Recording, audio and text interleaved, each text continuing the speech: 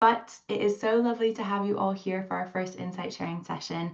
We've got some really great content looking at our soon to be published report. So we've got some colleagues joining us from Student Minds, and we've got some colleagues who are joining us from the Epic Restart Foundation who will be talking about their work in supporting individuals. So without further ado, I will go ahead and hand it over to Dom Smithies, who will talk us through the first part of this report. Hi everyone, good morning. Lovely seeing introductions trickle in and lovely to hear we've got colleagues joining us, particularly from financial support and money advice teams. I think this is definitely an opportunity where hopefully when we get to discussion, we're going to be able to get some learning and insight from yourselves and what you're seeing too. So welcome to our session. We're going to be presenting on some research we've been doing over the last year to try to understand some of the high risk behaviours related to financial hardship that students have been engaging with and how that relates to mental health. So particularly looking at experiences related to gambling, investing in cryptocurrency and sex work. But before we get into the juicy details, we'll do some quick hellos and introductions of who's in the room, do a little bit of background as to why we've done this research and what led us to do this piece of work in terms of understanding a little bit the broader context and picture of financial hardship. And then just obviously the giving you all the golden nuggets of what we found. It's not published yet, so you're the first audience to hear insights of what we've been working on over the last year. We've got a draft report that we're currently sat on, but we have a few more bits that we want to do before we're looking to publish next year. So hopefully these early findings are going to be really useful to you, and it'll be really valuable to us to hear if these findings resonate with you all, if you're hearing and finding similar things within your institutions, or whether actually this is quite a surprise to you and isn't matching your experience or your perception of what's going on with your student body. So when we get to the next steps in discussion, it'd be really great to hear a little bit about what's going on with you locally.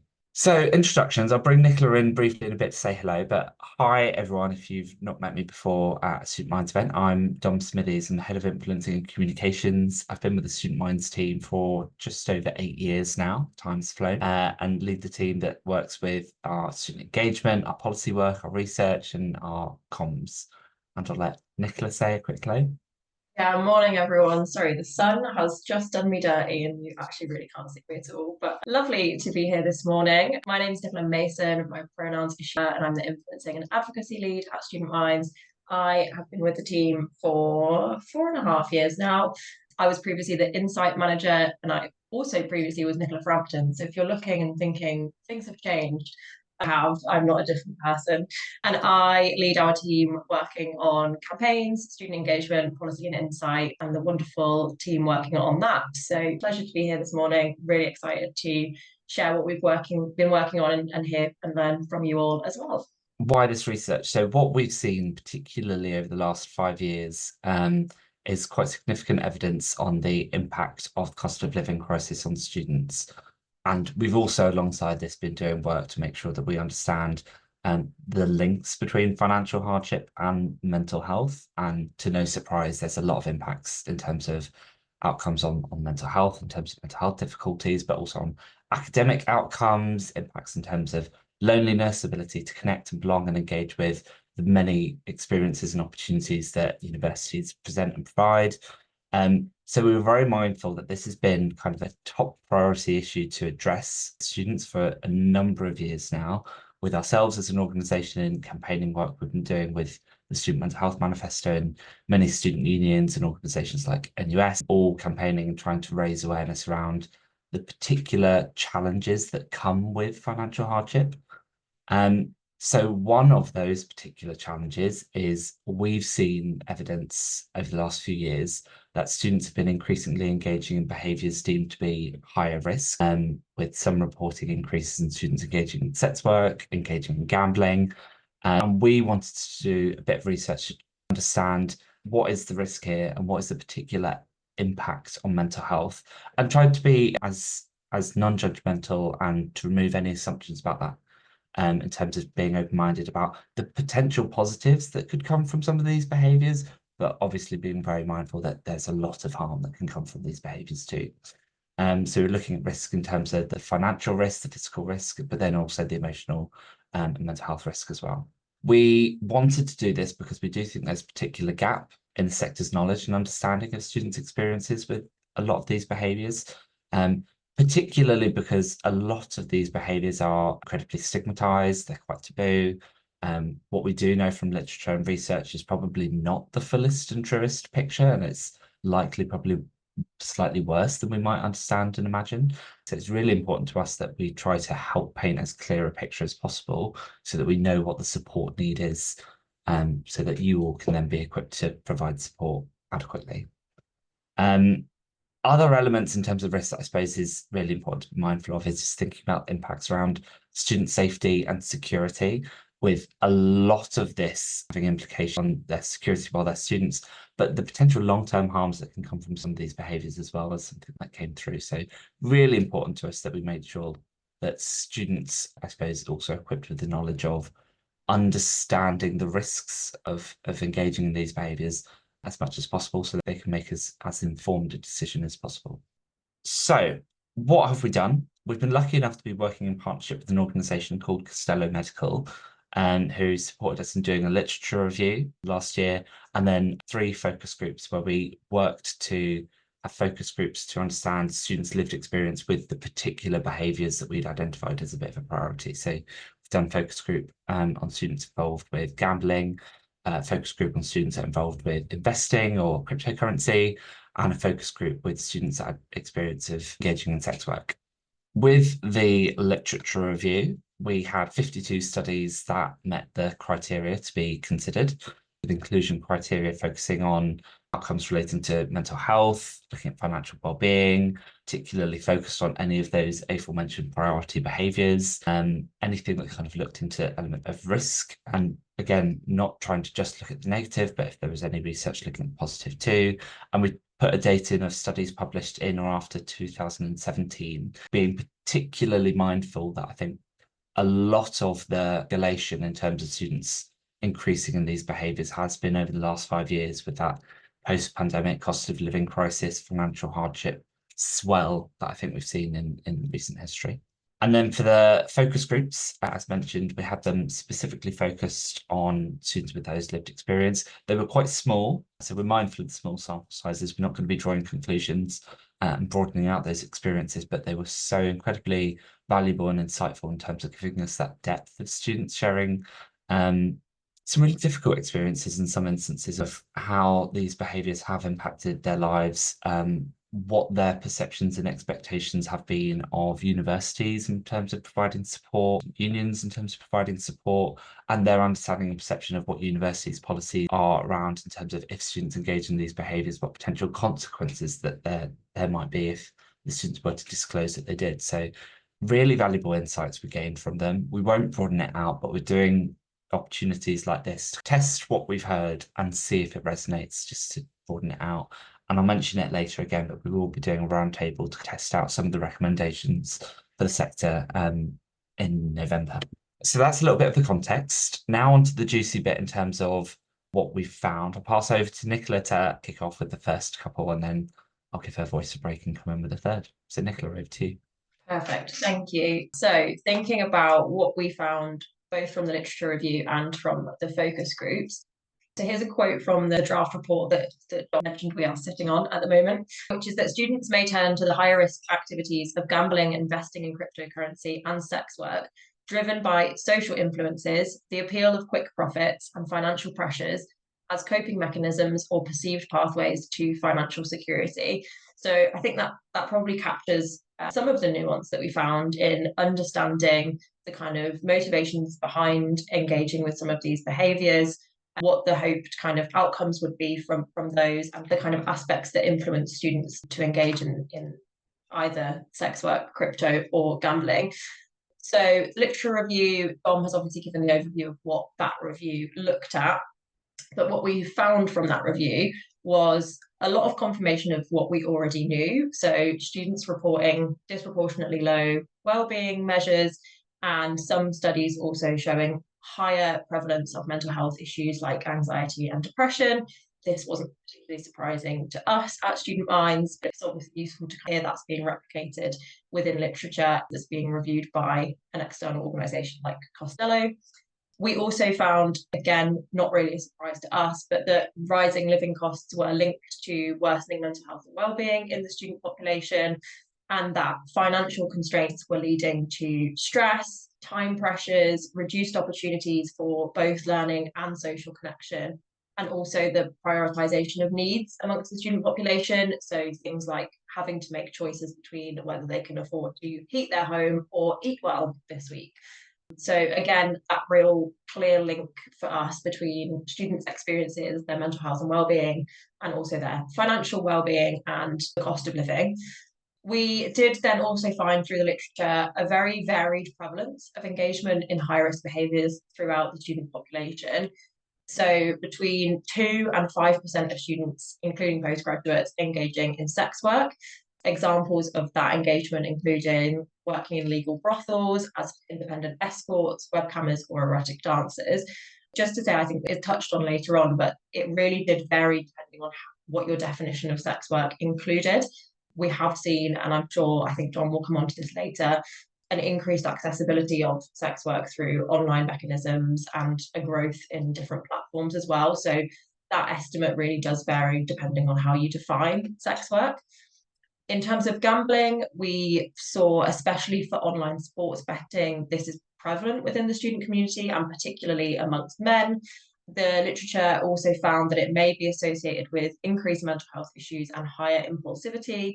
But we did find within the literature that students were generally quite well aware of where to find gambling support, which is positive amongst the research findings. And in terms of cryptocurrency investment, we found really widely varying reports on prevalence here, with estimates in some research being around 3%, whereas in other research it was more 10% or 1 in 3. And that was depending on students setting up a current cryptocurrency account or actually buying cryptocurrency as well. So there's probably variation in there too. And again, the higher tendency was for men to be investing in cryptocurrency rather than women. We did find some notable gaps in the evidence through the literature review, particularly when we were looking at the higher risk behaviours. So there is extensive evidence out there and lots of research around student mental health and wellbeing and cost of living and students and their finances, particularly, like Dom said, in the last 5 years when this has become front and centre of the student experience. So we found quite a lot of information around that, but we found much less looking specifically at students and their engagement in these higher risk behaviours. Hence, part of the reason we're doing this research is to try and fill some of that gap and understand the issues better.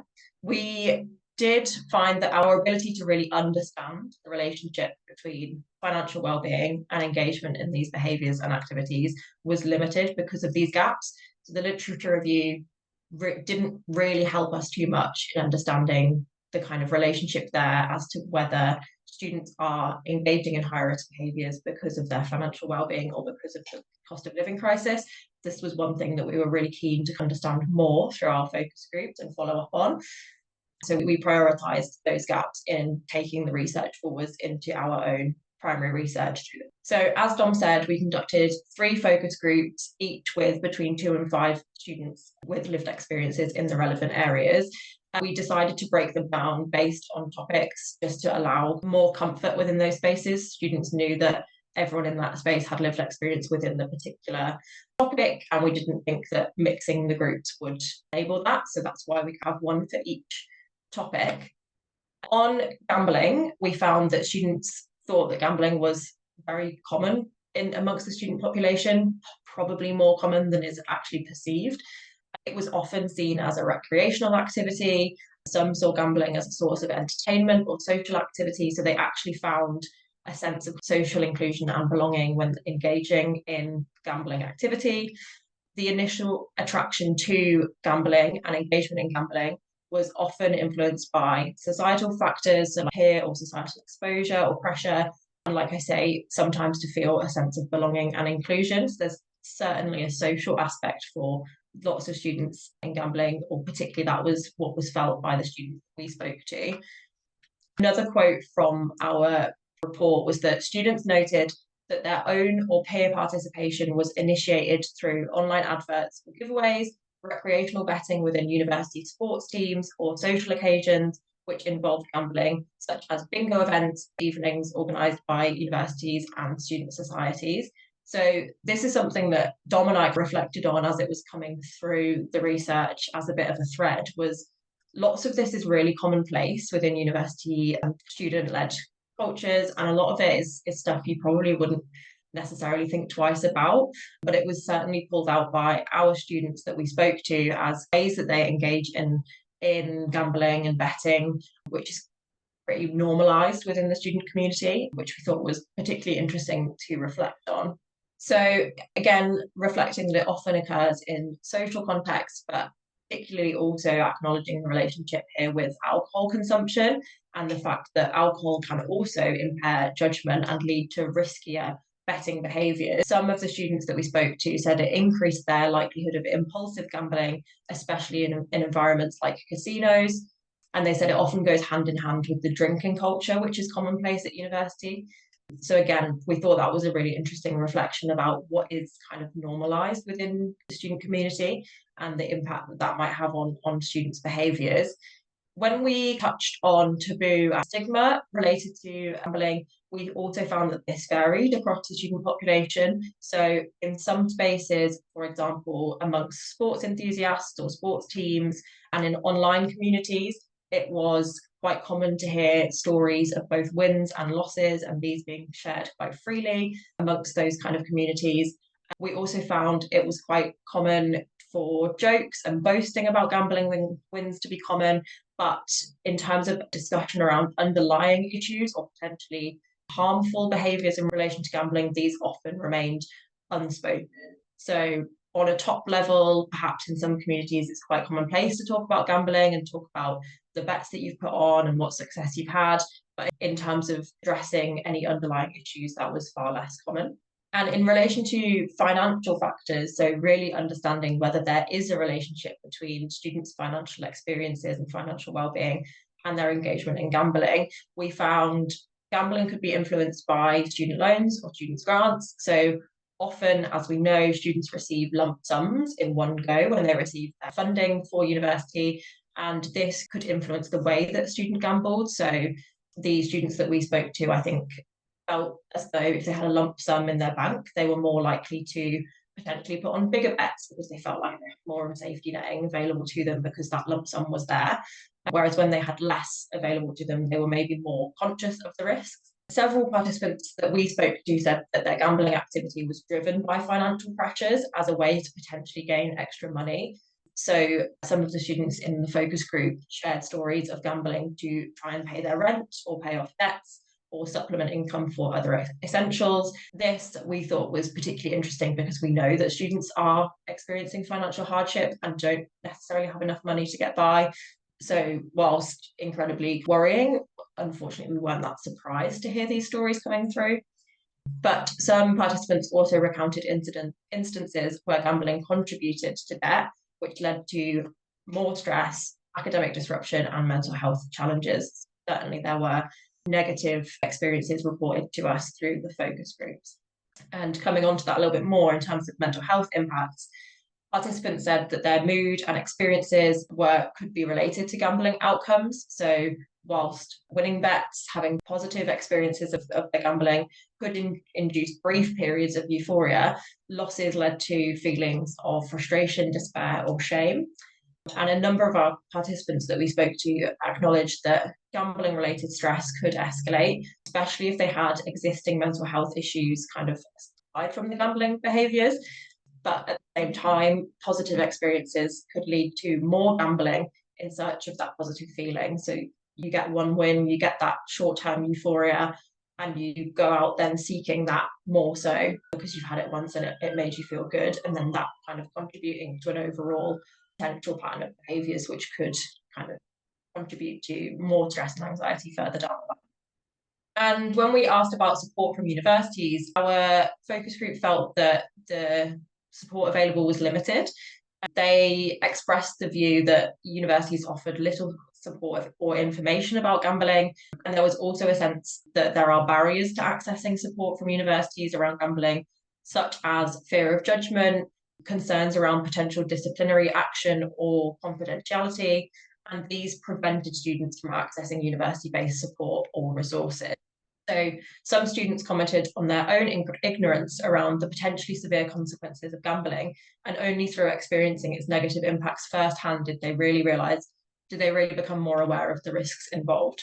And moving on then to our next kind of focus group, I will say we will have time at the end for questions and discussion within breakout rooms as well. So it might feel like I'm hammering through these quickly, but that's mostly to allow more time for discussion at the end. So I hope that's all right. Our next focus group then looked at investment and particularly looking at cryptocurrency.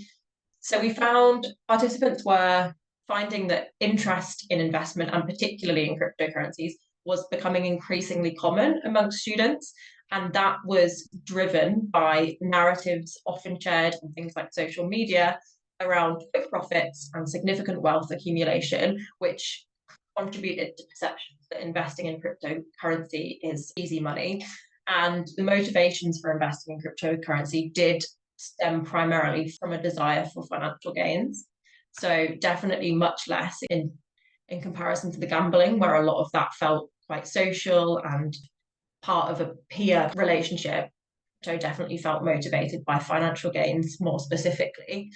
Participants that we spoke to had varied experiences. Some of them said they'd have positive experience investing in crypto and they had experienced financial gains from this, whereas others had much more negative experience. They'd experienced losses from scams, market collapses, or even being hacked and having their investments stolen.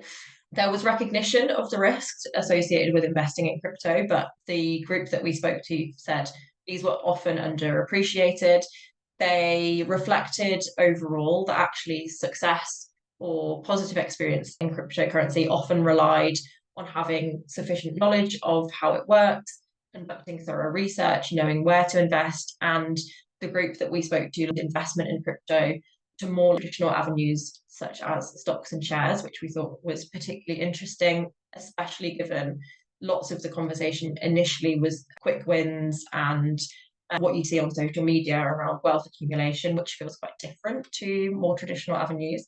In terms of the impact on mental health, the participants that we spoke to said that the investment in crypto had resulted in them feeling quite a lot of stress and anxiety, particularly due to the market's rapid fluctuations and the constant monitoring that requires.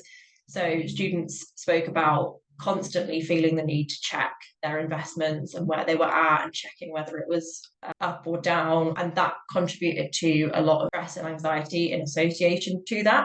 Also contributed to things like sleeplessness and feelings of dependence. They acknowledged could have impacted their well-being and social relationships. So again, they detailed how the volatility of the market led to frequent checking of portfolios. And for some of the students that we spoke to, this really began to dominate their daily routines and left them unable to focus on other aspects of their life because it became so kind of all-encompassing for them to be checking constantly on their portfolios. The participants that we spoke to expressed a desire for more reliable and balanced information around investment in crypto, and they did reflect that universities were seen as a trustworthy source of information. So they shared that might be a useful way of accessing more reliable information around the investment in crypto and particularly around the risks associated with cryptocurrency. One of our participants also described an example where students were specifically targeted by scammers who got hold of information. I think it was a group chat for a student society and shared information in there around investment in crypto, which was a scam. And they believed that they were particularly targeted because it was a group of students who are potentially seen as more likely to be interested in crypto and potentially more likely to find financial gains kind of appealing. So overall, the participants that we spoke to recognised the need for a more balanced approach, highlighting the risk, but also encouraging students to make informed decisions with their money. And at that point, I will hand back over to Dom, who's going to talk through the findings from our sex work focus group. Well, thanks, Nicola. So important to note, we only had a small sample for this one, only 2 participants, unfortunately.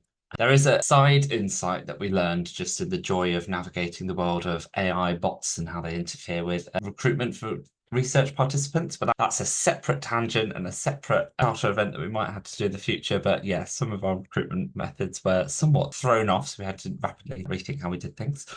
But from the two that we did speak to, it was an incredibly valuable conversation that delved quite deeply into their lived experience in engaging with sex work, where they kind of reported seeing it as being driven by financial necessity, just being an urgent need rather than a preferred choice as a way to generate income. As Nicola mentioned before, how it's defined really does skew how it's perceived to be in terms of how many students are engaging in these behaviours, with, I suppose, the looser definitions around sex work being framing it as the exchange of the potential for, I suppose, sexual gratification in exchange for material goods, with that definition being, I suppose, as broad as to include things like going on dates for free meals or flirting to get a free drink at a bar, through all the way to, I suppose, the most narrow definition, which I suppose would be the more explicit traditional perception of prostitution.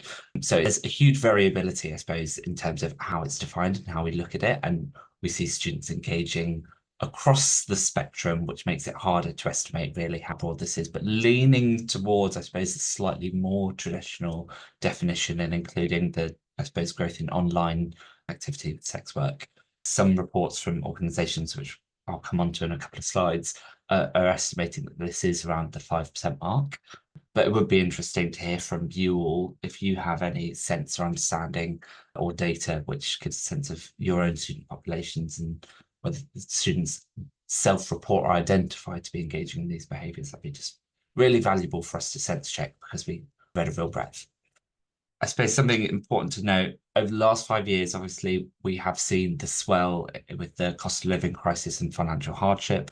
But similarly, within the last 5 years, we have had the COVID pandemic, which pushed a lot of things to be digital and online. And we've seen, I suppose, the emergence and sudden growth in a number of online and digital platforms, which to some has led to, I suppose, a democratization and improved accessibility for individuals to engage in sex work, with the plus sides of this being a perception of it being safer, individuals feeling like they have more control and ownership of it, rather than, I suppose, being employed or going into service in an industry that might be exploitative. So there was seen to be, I suppose, more protection in ways students engage with this, but then I suppose there's also risk in terms of it's all the easier for students to engage with this without necessarily thinking it through, being mindful of all the risks and potential consequences of engaging in those behaviours. We've seen over the last 5 years, for a number of reasons, students engaging in sex work increase. And something that was reported on, which I think was quite interesting, is the policies that institutions have, so universities have, which limit employment alongside study. So whether that's institutions that say you can't work during term time, or there's limits on number of hours in terms of, I think it's usually 8 or 16 hours, 1 or 2 days, feeling like it restricts students' ability to kind of have contractual work. So the more undocumented, I suppose, 0-hour contract in a way, ways of earning money, it was seen that universities' policies almost drove students towards some of these behaviours. So I think that's an interesting insight that you ought to be mindful of. In terms of mental health, impacts were recognised as multifaceted and could be seen to exacerbate pre-existing mental health conditions, with one of our participants did describe their involvement in sex work as a form of self-harm. A lot of the challenge with mental health difficulties was more linked to the stigma, fear of judgment, and worry about the consequences should people find out they did sex work, rather than necessarily the activity itself. So the stigma around it being incredibly harmful. And then obviously the anxiety related to shame and secrecy with friends, with family, and with institutions. One of the participants did talk about the initial positives it did have in terms of the empowerment, the impacts on their body image and self-confidence, but that over time actually kind of swung and it began to negatively affect their mental health and their self-esteem. And then in terms of support, it was acknowledged that there was seemed to be a lot of barriers in terms of being able to access support, largely tied to fear of repercussions and consequences. Particularly, I think something we're mindful of is students on certain courses where there might be stricter conditions in terms of what work they can and can't do with professional standards. And then there just being stigma and worries about confidentiality in accessing support. There's reported to be a lack of dedicated support for students that engage in sex work. So it was recognised that some student unions might be seen as more accessible just because they're seen as, I suppose, more on the student side, whereas universities might have a more prohibitive response to finding out students who engage in sex work. So potentially the opportunity for us all to provide support to students engaging in these behaviours might be through working in partnership with student unions. I think there is some valuable reflection to think about what role universities could play here. And then there was some reflection that providing clarity in ensuring students knew what support would be confidential, what was non-judgmental, targeted support for students engaging in particular behaviours, even if that's signposting to third parties, would be incredibly valuable.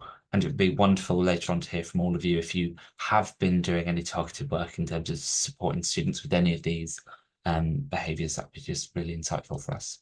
So a quote to almost wrap you up with is, overall, students highlighted the complex interplay between financial stress, mental health challenges, and involvement in sex work, suggesting an urgent need for supportive, stigma-reducing institutional policies and accessible resources to better address student wellbeing throughout their time at university and beyond.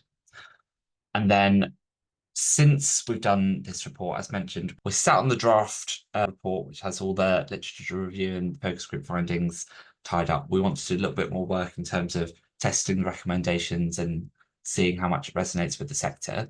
We had the joy of meeting with a representative of the English Collective of Prostitutes, ECP, who do have a number of specific resources for student sex workers, and they do have a particular campaign and list of recommendations for universities. We wanted to just test some of what we're hearing with them to see if that resonated with what they hear through their networks. And I think similarly, it was reflected that people are driven to sex work through financial necessity.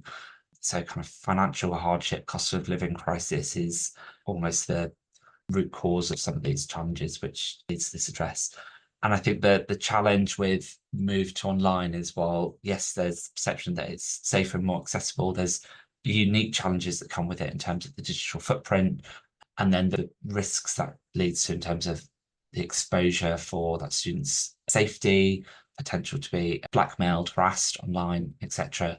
And then the professional challenges in terms of if they're on courses where there's particular professional standards, that there might be additional consequences.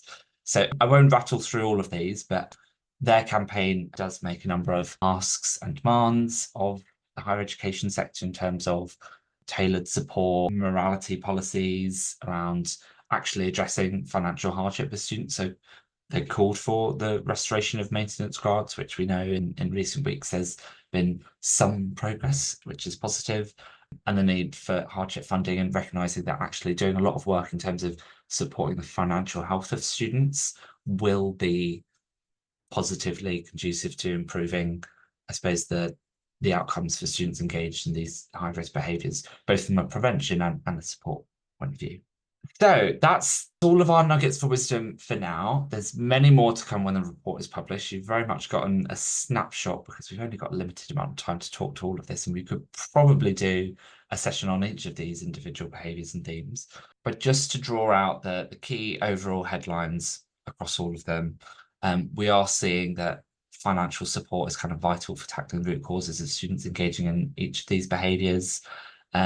We do think training for staff to recognise and understand a number of these issues is going to be needed. I think indication is that this is probably going to continue to be increasingly likely in terms of students engaging in these behaviours. Collaborative effective signposting to in terms of partnership working locally within your own institution with SUs, but thinking about actually what support is out there in terms of third sector and other organisations locally and nationally that you can signpost to make sure students are getting that specialist support. We're hearing from colleagues in a second as well, which is going to be grand. Thinking about your policies and practice, which can cause uncertainty and confusion for students, potentially contribute to stigma, which means that students aren't going to reach out for support, they're not going to disclose, they're going to feel judged, which is just going to lead to lots of students potentially suffering in silence. Making sure the information you provide is trustworthy and reliable, and then just being mindful about the potential role of university communities, and including thinking about SUs here, particularly thinking about gambling culture, especially alongside the drinking, and making sure we think about how we can support students to access support. So those are headline themes that span across all of them. We'll come back to these questions for the discussion at the end after we hear from other colleagues, but some questions for you to mull on before we go to breakout group. It's just what you're seeing at your institutions. Do you have any targeted work or policies relating to any of these behaviours? What's your response to what you've heard? Is any of this surprising? Is it resonating? Have we underestimated, overestimated? And what do you think the role of colleagues in the room is to make sure we're providing better support to students? And how would you utilise resources and guidance provided by third sector bodies that existed to make sure students are getting that support? Next step. So one of the things we do really want to iron out, make sure we get right, is the recommendations in the report. We're going to be hosting a roundtable in late November. If you feel like you'd be well placed to contribute, so you've done research in this area or your institution has done work in terms of tackling any of these behaviours, addressing any of these needs, I'd really love to hear from you. It'd be great to have you in the room to discuss these recommendations in greater detail with a number of colleagues. I think we're planning on doing it on the 24th of November. Just need to triple check that date with people we've already invited. So open call to all of you. If you think you'd be well placed, do reach out to me. And we're hoping to publish in early 2026. And I think that's all from us for now until we come back to take you through the breakout group. We're going to hand over to our. Thanks, Dom. That was really interesting to hear about. I'm actually really looking forward to our breakout group later. Thank you, everyone, for everyone who's attending at the moment. My name is Helene Khan. I'm the Community Outreach Manager from Epic Restart Foundation. I'm joined by my colleague, Amy, who will also be a lived experience story. And I'm just going to tell you a little bit more about our organisation and also about the different kind of work that's happening within the gambling harm space. So at Epic Restart Foundation, we're all about supporting people to continue their journey in recovery. So when it comes to the type of work that we do, we are more in the aftercare sort of side of things. However, what we're going to be covering today is just a little bit about who we are, so you understand a bit better about the work that we do. There will be the lived experience story from Amy, which is basically the key of the work that we do at Epic Restart Foundation, as we are a lived experience organisation ourselves. We're talking a little bit about how to mind the gap in terms of supporting that you're working with, whether it's students or otherwise, if they are looking to basically support themselves. So we're talking about things like blockers, but also about signposting, because we appreciate that a lot of the time people who are doing their day job might not necessarily be experts in gambling harm, but they might need someone that they need to signpost to, particularly if someone is in need.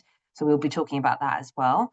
Talk a little bit about our programs too, how you can refer people, and hopefully any questions at the end as well. So Epic Restart Foundation started in one, and it was started by a small group of people who had lived experience of gambling harms. And what we understand about addiction is that often as well, it's not necessarily just one addiction. So some of the original group had cross addictions. And in terms of their recovery, they realized that there wasn't many like ourselves where something that was for people who are in their recovery journey, who might be isolated, who need extra support with their recovery as well. There's quite a lot of work around clinical. So there's the NHS and there's rehab clinics, but there wasn't necessarily a lot for those who were already within that recovery journey, but they needed a little bit, they needed something to continue with that journey. So with Epic Restart Foundation, we are national, we're UK-wide. We bring together expert coaches, clinical treatment services, and providers, and those with lived experience of gambling harm to create these transformational aftercare programs. And these programs aim to empower people to rebuild their lives in a positive way after experiencing gambling harm. So I'm going to go over to my colleague, Amy, and she's going to tell you about her story. Thanks, Helene. So my name's Amy Byfield, and I am a project coordinator and recovery coach for the Epic Restart Foundation. Just a trigger warning, I will be talking about obviously my gambling addiction and mental health. So just want to give you a little heads up on that and make sure everyone keeps themselves safe throughout my story. So I was a gambling addict for 15 years. And today I want to tell you my story of how winning a large sum of money changed my life, but not in the way that you might expect. So I had a great childhood. In my teenage years, I started to feel a bit different. I was labelled as sensitive, lazy. I felt overwhelmed quite a lot. And only 2 years ago, this would be diagnosed as ADHD, and it would be a diagnosis that would change my life, to be honest. And lots of things would be explained for me about how behaviours, how I presented, and it would help me come to terms with a lot of what happened in my life. I also had a lot of hormone issues in my teenage years, and I quickly developed unhealthy coping mechanisms. So I'm a self-harmer. I was an overeater. I got through college and decided to go to university, and things spiraled out of control quite quickly at university. So Freshers Week, out drinking, everything's great. Became quite a heavy drinker throughout university. I drink in my room on my own. I started engaging in quite dangerous activity, and my friends and my family picked up on it and encouraged me to go to the doctor. So I went to the doctor on campus, had a chat with him about what was going on, and they referred me to a psychiatrist who told me that I had bipolar. Now, I was really happy with this diagnosis because I knew I was different. I knew something wasn't quite right with me, and I thought, well, I know what's happening now. This will change my life. I'll be happy. And it didn't work like that. I was given a concoction of medication after medication. My weight went up, my self esteem went down, and I just couldn't cope at uni. I did have therapy, and that did help for a short period of time, but I deferred quite a lot, and I basically did all my course apart from one placement, and I just couldn't get through the placement, and I ended up dropping out of university. Fast forward a few years, and I entered into this like relationship. I had also started bingo at university, and it was really accepted because you're a social thing. And when I was in this toxic relationship, I was introduced to my first casino, and this environment was really changed everything for me. So it was an escape. I wasn't Amy in the casino. I could be whoever I wanted. It wasn't about the money. It was about me leaving everything at the door of the casino. And I would even like make stories about myself. So I remember telling people like I was a lawyer. I remember saying I was a vet once. And I just wanted to be someone that I wasn't on the outside world. And that was it. I was hooked straight away, more to the environment, if I'm honest. And I stopped looking after myself, moved back home at this point, and addiction spiraled really, really quickly. I was just hooked. And my family were really concerned about me, and I became very manipulative. So what I wanted to do was keep them on side. And I really had admitted that I had a problem at this point. And my family really wanted me to go to Gamblers Anonymous, which I did. I dipped in and out. So I'd go to a couple of meetings. I'd say I was a compulsive gambler, and it was all men. There was no, I think in the whole time that I went, I met like one woman. So I'd say, I got an addiction. I'd say what I needed to at the time, but hadn't admitted that I really had a problem. And everyone there just went to bookmakers. And I've still to this day never been in a. So this continued with me dipping in and out, but still gambling. And I left this toxic relationship, and this cycle continued with me gambling, lying to my family, manipulating everybody. And then in 2017, I was discharged from the mental health team. They basically told me that I needed to lose weight and feel happy, and my life would be resolved. And the reason they said that was because the medication, all the things they'd tried, it wasn't having the effect they wanted it to, and it got pushed back onto me.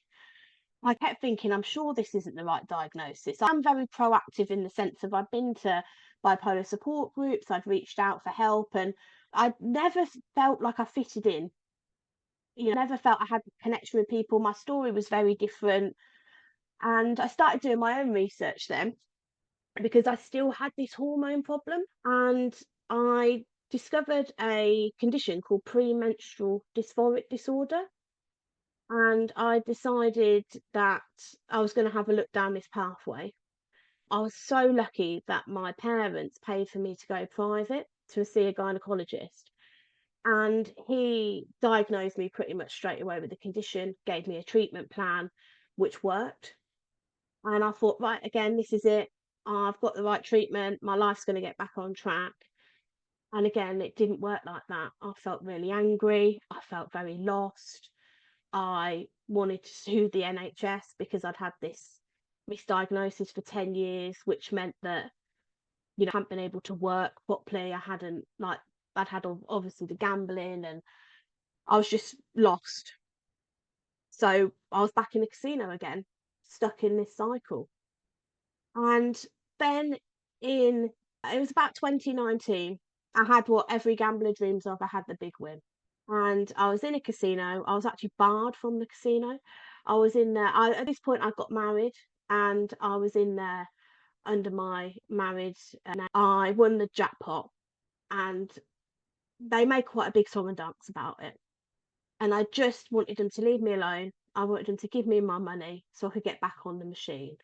And it was the first time that I thought, I've got a real problem here, because I didn't feel happy. I didn't feel sad. I didn't feel anything. I was absolutely numb to it. And the amount of money that I did win was a lot of money.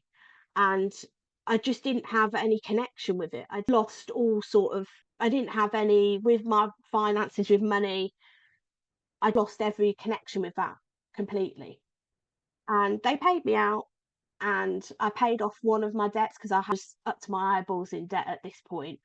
And I paid off one debt, and within a week, the rest of it had gone back in the machines. And then I took more debt, more loans out, and I was in more debt than when I won the money.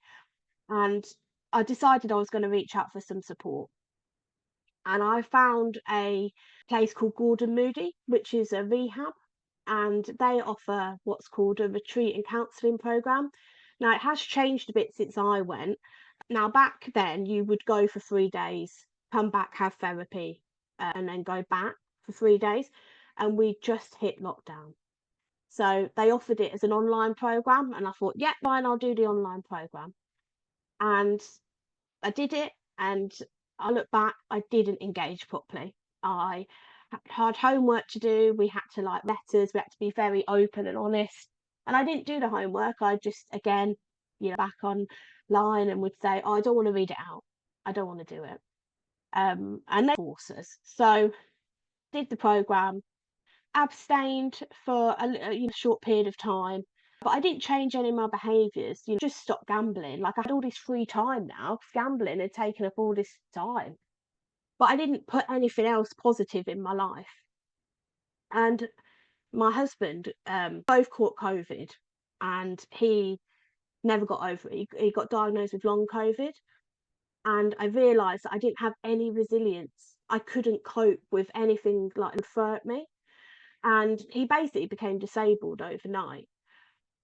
And I just didn't know how to deal with it. I thought, well, what way can I deal with this? And I was again back in the casino again. And within a year, I was back to square one again. So December 2022, I'd lost everything. I already had an IVA, so I couldn't get any more debt. I'd taken out loans in my husband's name, so he now had all this debt. I'd gambled all our rent money. I'd gambled all, like, I'd let everything. So I thought, I need to do something here, because either I gambling, or the gambling will kill me. And I reached out to Gordon Moody again and said, like, I really need some help. And they developed a women's program, which was a 5-week residential. It is now 6 weeks. And I said, like, I need to come to you and have some support. So they offered me a 5-week residential program, stay there. And I decided to take them up on the offer. Now, I didn't actually go to rehab till April 2023. So I had a significant period of time before, obviously, I went in, and I had calls with a charity, GamCare, Aquarius as well. So I had some calls with people at the time to keep me on the right track, to help me stop gambling. So my last bet was in December 2022. And then I went into rehab in April 23. And I was just tired. I was just so exhausted from like lying in order to get money. I'd stolen money as well. So there was a lot of shame, there was a lot of guilt there. I did the program, it was fantastic. But when I left rehab, the real work started. When I came out of rehab, I felt very lost again. I didn't know who I was. Gambling had been in my life for 15 years. And what I was trying to do was go back before I started gambling. But I was miserable. That's why I started gambling in the first place. So I joined Epic Restart Foundation as a delegate, and my coach that I had at the time, he helped me build up my resilience. He helped me learn what my values were, what I liked, what I didn't like, and just change like my behaviours. And it gave me my life back. And now working for the Epic Restart Foundation, what I work alongside quite closely with the women's program. And my message to the women out there is that if I can do it, anyone can. And really, I just give hope to other women and men out there that they can change their lives as well. Thanks, Amy. Okay. So just kind of into mind, Amy was sort of saying with her story, I wanted to talk a little bit more about vulnerable groups, particularly who might be even more affected by gambling harms. So as Amy mentioned when she was telling us her story, it can be quite a male-dominated space, particularly when there's work being done recovery, and that can be quite off-putting for people. I think there's a stereotype often as well about what a gambler looks like or what they sound like, when actually we understand that it can affect anybody. So particularly vulnerable groups would be children and young people. So for children, they might come into the gambling harms world through playing video, through loot boxes, through a variety of different ways. It can be something quite as innocent as a raffle or a tombola. And we understand as well how this can affect young people's minds and their mental health.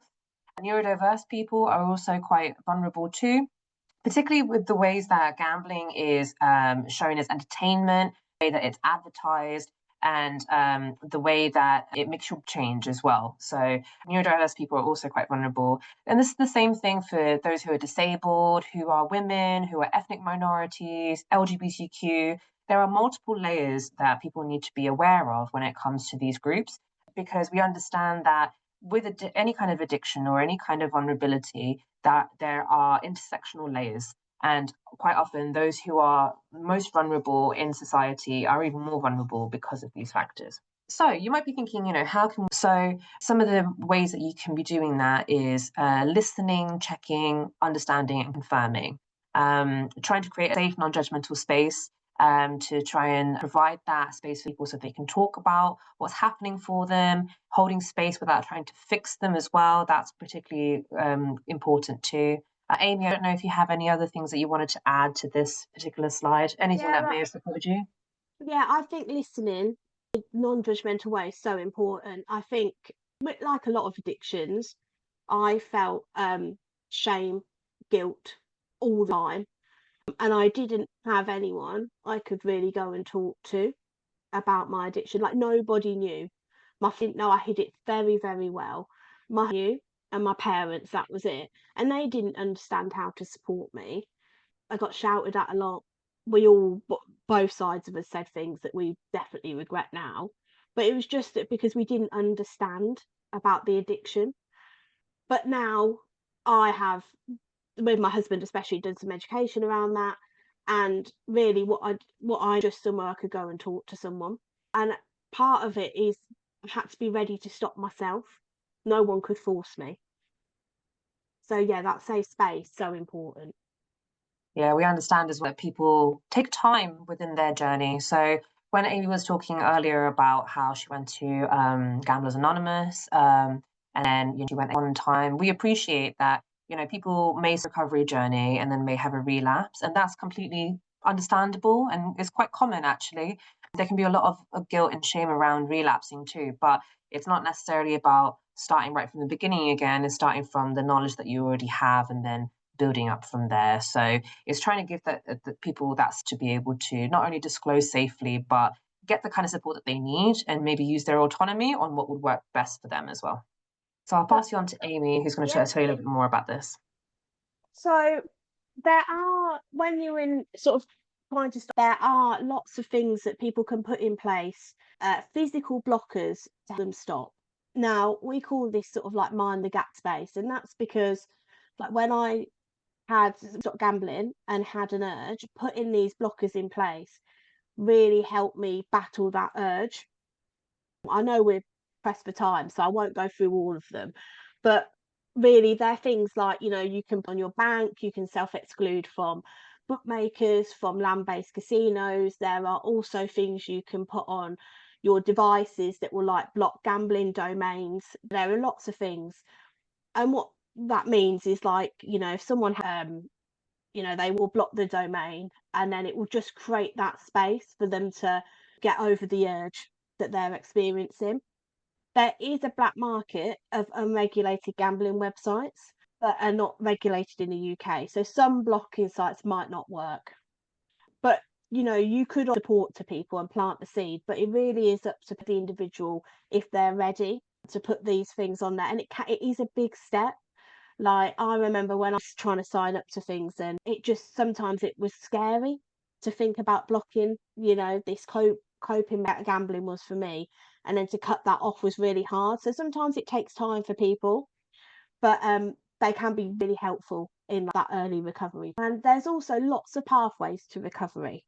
So part of our role is making sure that people have the right information and the autonomy to decide how they move forward.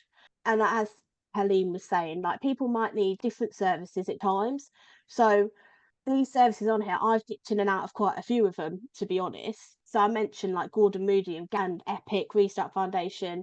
Yeah, I've used all of those at different times and Gamblers Anonymous. And that's okay. And sometimes people might go back to others and go back to something else. Their recovery is not a one pathway that fits all. It's whatever people find that's right for them. So there are lots of services out there. Just a little bit more about our programs as well. So I don't know, Amy, if you wanted to talk about community first. So we offer long-term recovery support to help people positively rebuild their lives. We have an online community, and what we offer in that community is group coaching sessions. We offer education delivered by experts in their field, a lived experience taught to inspire action. We offer a place that builds support and connection, and health and wellbeing activities. We also have a Restarting Lives programme as well.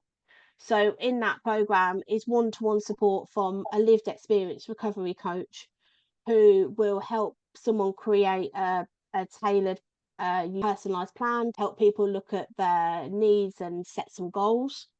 And we also have events as well that help people develop positive habits to live a more meaningful life. We have our Women Empowered programme, which is raising awareness and shared lived experience and providing a safe and trying to get women into that one-to-one support as well. We've also got Reach, which is about awareness to different organisations in the VCSE space to help them understand what gambling harm looks like, but also where they can post and what kind of support that they can get as an organisation as well. Because we appreciate that there's so much crossover with mental health, with homelessness, with young people. There's so many different sectors that, you know, can benefit from this training. Reach has actually come to an end this year, but we've worked the last 18 months supporting different organisations across Great Britain. We're hoping to continue with that training as well. So if anyone is interested in understanding a little bit more around gambling harms and the work that we do at Epic, you're more than welcome to reach out to us, even though Reach isn't available anymore. We have our family and friends to work with affected others. So the team are affected others themselves, and they support affected others of those who are experiencing gambling harms through maybe a loved one and are considerably, you know, a challenge. So even though the individual may be the one who is experiencing the most direct form of harm, quite often affected others are also facing it in many indirect ways. And so if someone is an affected other and they want support, whether it's one-to-one or group coaching, they're more than welcome to reach out to us. You don't necessarily need the individual who is going through gambling harms to be in recovery to get that support as an affected other. They may still be in active harm through gambling. Doesn't mean that we won't necessarily support the affected other, just to make people aware. And when it comes to referring as well, we do have some QR codes here in case anyone wants to look up some more information, or if they did want to send a referral to us, you're more than welcome to. So this one at the end here is for affected others. This is for our Restarting Lives, and this would be for Restart Community. If anyone has any questions at this point, or if they have any comments or anything that they'd like to make, but I appreciate we are over time, so I don't know if people wanted to wait until later, but you're more than welcome to ask. We are going to head into breakout rooms next as well. I know that you're going to be in breakout rooms too. I would suggest if anyone does have questions, either take them into your breakout rooms or share them in the chat, and we'll make sure that Helene or Amy get to them. Yeah, it's not hear from you all now, I suppose, in reflecting back what you've heard from ourselves in terms of what you're seeing in your institutions on each of these. Is your institution doing anything particularly novel? Do you think you might have some excellent or best practice here that we could learn from and maybe platform and share with the rest of the sector? Is there anything in research or in the work that you found surprising? Is it resonating? Is it not? It'd just be really valuable for us to, I suppose, just have that mirror held back up to us and just hear from you all what you know is going on within your own institutions on the ground. So really looking forward to us being able to flip this around and learn from you all now. Unfortunately, we don't have to do a round robin and hear what everyone said, but I am confident that the Student Minds team will collect some of that and feed it back to you via the hub to make sure that you can kind of hear what we're talking about and what came up. Sorry that we don't have time for that now, but I would rather respect the 11:30 cut-off here. So we'll make sure that that is fed back to you and we collect those and take back programme members. But at this point, I'm going to hand back to Chastin just to wrap a session, and I'm sure let you know what's up next. First of all, I just want to extend my appreciation and my gratitude for my colleagues at Student Minds talking to us about the reports that you guys have been working on and some of the findings in that. It's so nice to be able to get a bit of insight before that comes out and to start fueling some conversations. I hope our members can back. And also a really special and warm thanks to Helene and Amy for coming from the Epic Restart Foundation. Amy, especially, it's so be able to hear your story. It's such a privilege, and truly just want to celebrate you and your progress with gambling recovery and feeding that back into the community to support others going through similar experiences. So I'm going to quickly wrap us up, but while I do that, I'm going to ask if my colleague Amy can put a poll into the chat for us. It's just a couple questions and reflections from you guys in place of a survey. So just tell us what works for you. If you have any feedback you want to share with any of our speakers, we will also collect that. And if you have any insight on what you might want to hear from a future session, please go ahead and fill that out. I will continue on with our closing, just again to respect your time, but please go ahead and continue answering those questions for us. What's coming up?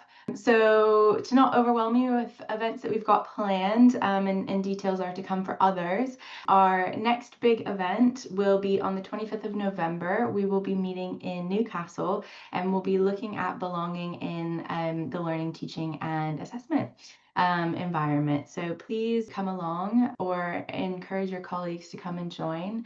There's some details on the website there that you can be able to access and read through. There's a bit of insight into who might be joining us for the day.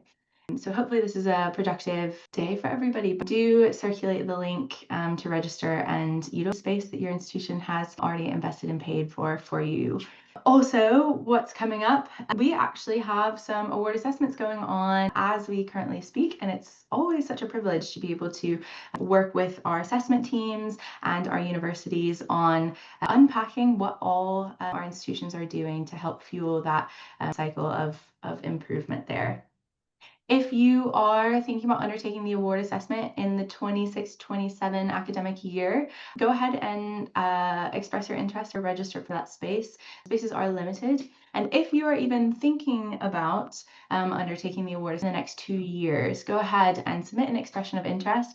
Takes that off of your brain space, gives you a bit of extra cognitive space there, because we will follow up with you and we'll give you any information you need about the process should you be undertaking that. So you can see there how to submit or register for an award assessment.